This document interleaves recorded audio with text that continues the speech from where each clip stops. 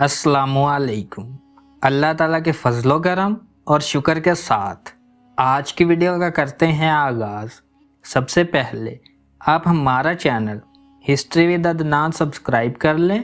यहाँ पर आपको हिस्ट्री के रिलेटेड वीडियोस देखने को मिलती रहेंगी।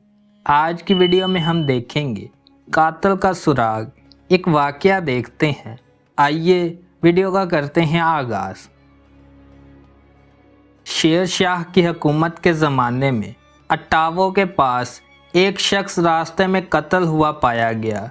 इस मकतूल की लाश ऐसे दो देहातों की सरहद पर पाई गई जिनमें मुद्दतों से झगड़ा चला आ रहा था। कत्ल का सबूत ना मिल सका।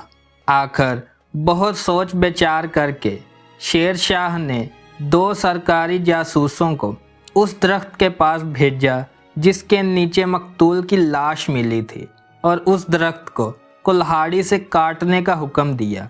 इन आदमियों को हदायत की कि वो इसका इजहार न करें कि वो बादशाह की तरफ से भेजे गए हैं, लेकिन दोनों देहातों से अगर कोई उनके पास मुज़ाहमत करने आए तो जागीरदार को खबर दें और उन्हें पकड़कर दरबार में ले आएं।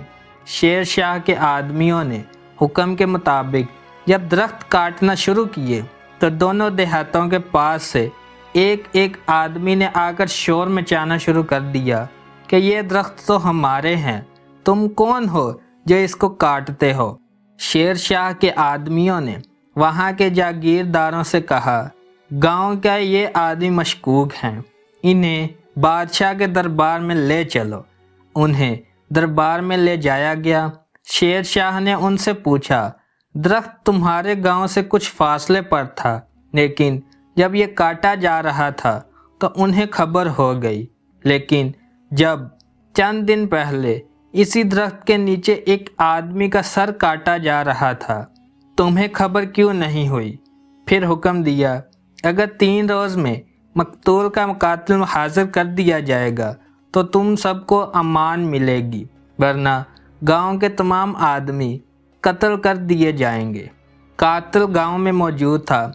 गांव वालों ने उसे बांधकर बादशाह के सामने पेश किया और फिर उसे कत्ल कर दिया।